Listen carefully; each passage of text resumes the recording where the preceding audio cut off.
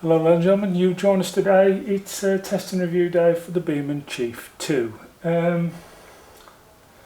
There's quite a few things I've found out when setting it up that may put a few people off. As you can probably tell, a little bit out of breath with the gun. Every time this gun shoots about 30 shots off, it needs another pump. It's one of the hottest days of the year today when I'm filming so far, and not being funny, just chasing around the house asking the kids to come and pump it up's a bit of a nightmare. So yeah, it's a bit of an annoyance. You need to be built like He-Man to pull the bolt back. It's quite a strong bolt on this, so I've tried a little bit of silicone oil on there just to lube it up a little bit, but it's made no difference whatsoever. But anyway, that doesn't go against like whether it's any good out in the field, does it? So we'll get it out there now and we'll do a few tests on it, and then I'll give you my honest review of it at the end. So let's get away with it. Let's start off first. It'll be 3 shots at our bottle tops. Let's see how it gets on with that. Okay, it's the 3 bottle tops on the left hand side of our board. Top one's white, second one down is clear, and the third one's the dark blue one. Here we go.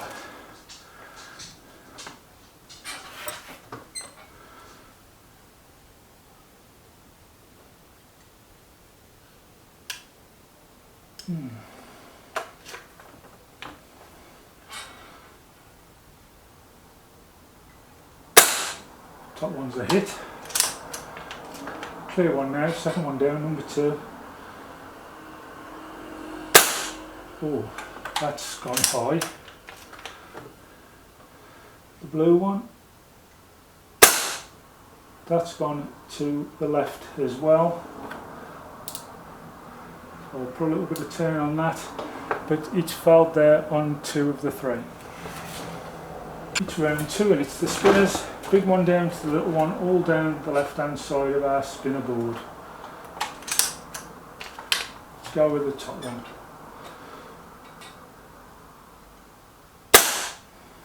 Clipped it, doesn't bode well for the others. Missed the second one.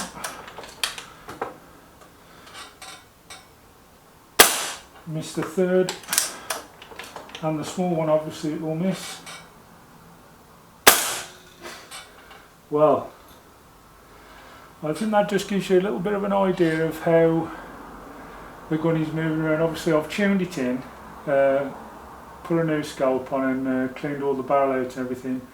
The first one it clipped, and the tightest one, which is the small one at the end, it was a bang on target, which is where I'd have probably set it. So it just shows that this gun is moving around quite a lot. Let's move on to our next test. Just a straightforward target. Let's see how it does with 5 into a target. 5 shots at the target then. Here we go.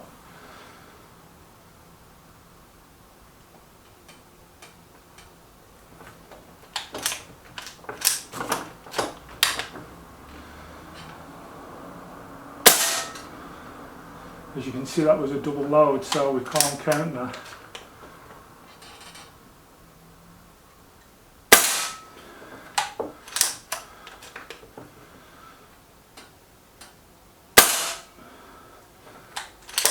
Sometimes it's perfect, sometimes it just flies off. It may be that the pellets that we have in this are not to its liking.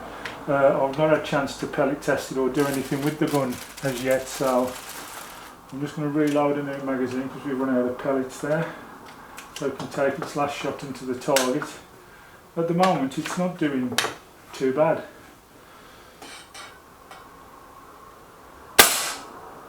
Yeah, that's well acceptable, I suppose. Can't understand, because obviously like I used the target area on to set it up, why it's not been shooting so well in the other test that we've put in. It hit one of the bottle tops to start off and then went away. Missed, I think it was 3 or 2 of the spinners, but it's shot okay at the target, so really hard to work out at the minute what this gun is really doing. Okay, it's the last one of our target tests before we put it through the chronograph and see what kind of power it's pushing out. It's the gallery. Let's see how it gets on with this. 5 shots from the left to the right.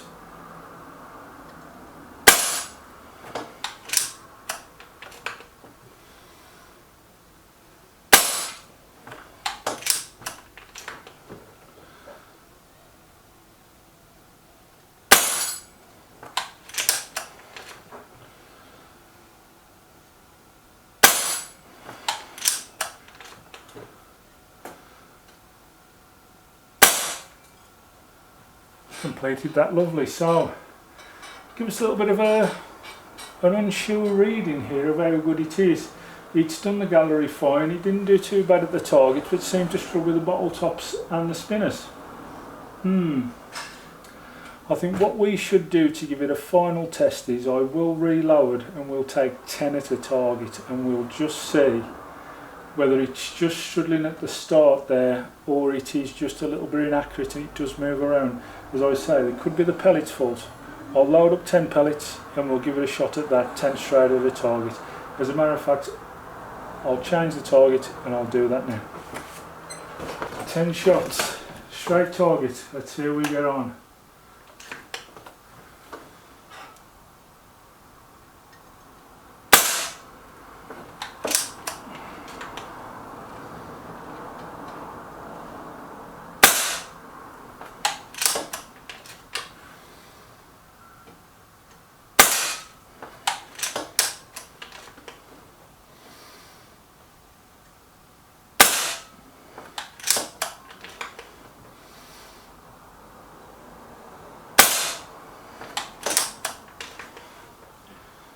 Seems to be doing quite well.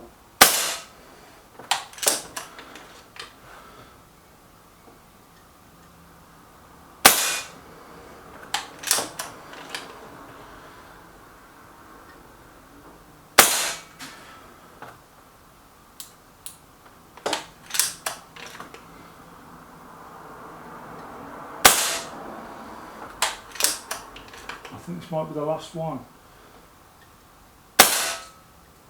Yeah, that was it. So that's our 10 shots. What did we all think of that? I'm just going to get the card because I've got to admit from here it's hard for me to see exactly how well it has done, so I'll go and get the card and I'll take a look myself. Okay, I've got the target in. Quite acceptable, you'd say, besides them few little flyaways. Now that could be my error.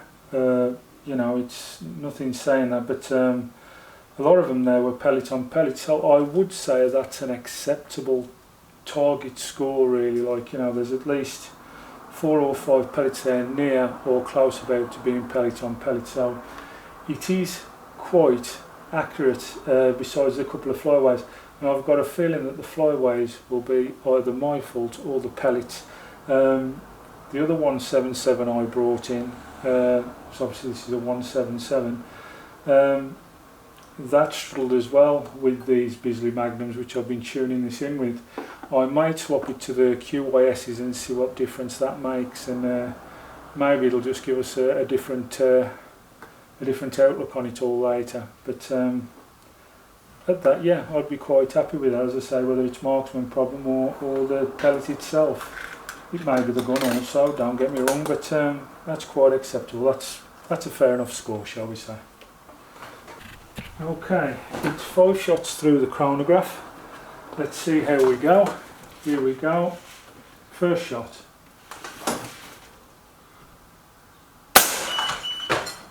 .184. Second shot. 183. Third shot, 182. Fourth shot, 179. And last shot, 188. So 178 to 183. We'll round that off at an even 181, I think. and we'll put that scores through and see how it gets on. Okay, well, we've put this through the calculator. The weight of the pellet, which is the Bisley Magnums, as you know, is 10.6 grains. 181 meters per second changed to feet per second is 594.6. So that equates to, when calculated down, only 8.32 foot-pounds is the power output, and only 11.29 joules. So it's not good, is it, for the it's not good for the Beeman Cheif II there. It's a little bit of a struggler, I'd say. I'm just checking all the calculators whether I've done anything wrong, but now I can't see where I have. No, I've done everything to the right weights and measurements, so yeah, I think it's just a low powered gun, and that's the way it is. That's around the same power that you would expect from out of a junior air rifle, I suppose, more than anything else, but not a full size adult gun at all. Let's finish this all up, let's wrap it all up anyway. What do I think of the Beeman Cheif? It's the Beeman Cheif II actually. Number one, I do not like the cocking mechanism at all. Very, very stiff. As you can see, it's marked my finger, and I've only cocked it about 30-40 times today, and I've got no doubt that's going to be showing a bruise tomorrow. That's how hard it is to cock. So I would say the gun is mainly aimed at maybe the junior market more than anything else, but you're going to need to have an adult's finger or an adult's pull to cock it, so really it's not going to suit one of those, so it is for an adult. The power mechanism, I don't know whether that will raise up as time goes on or what, I don't know. The barrel has been cleaned and everything's been done to it as needs to be, but that's the power output we've come out with. Other things I don't like, because of the cocking mechanism being so hard, it does have an habit of double loading. If you don't get it right the way back, which it won't always go, bear in mind I am used to cocking a PCP, and that's the hardest one I've ever done, where it there's a small amount, millimetres at the end, where it clicks to say that it's actually cocked back to lowered, and if you don't hit that, it springs back and it double loads itself, so there's not really much you can do about it. It's very hard to get away with. The magazines that go with this are the same for the other gun I have in the 177. They're exactly the same magazine, which is the Milbro XS58. It's exactly the same mag, and when I was looking around for a magazine to match it, I think it also matches to the Crossman Icon. Now whether these are using exactly the same internals, that's why they're using the same magazine, I do not know for 100% certain, but if they are, there's like the biathlon style cocking arm on our Milbro XS58, and that is lovely to use, I have to be honest. The one with the Beeman Cheif here is a lot more mechanical and a lot more, well, let's put it this way, you've got to be able to have a good snatch at it to get anything to happen with it. So yeah, it's a little bit more mechanical, I'd say, that one. The Crossman Icon, which uses the same magazine, whether that's got the same internals but a different cocking lever, again, couldn't say, I've never tried one yet, so I'll leave somebody who has tried a Crossman Icon to tell me what the cocking lever's like on that, whether it's the same as the Beeman Cheif or is it the biathlon style like what's on our XS58. All in all, the guns are cheap and cheerful starting to PCPs, isn't it? It's not really like shall we say, a millionaire's gun, but it's okay, it's usable. You'd have some fun with it out in the field. Through the target testing and everything else, I'm shooting from 22 yards here, I think it is, and I'll put those 10 pellets into the target to try, and it did okay. It wasn't too bad at all. You'd hit your quarry, let's put it this way, if you was after a squirrel, for instance.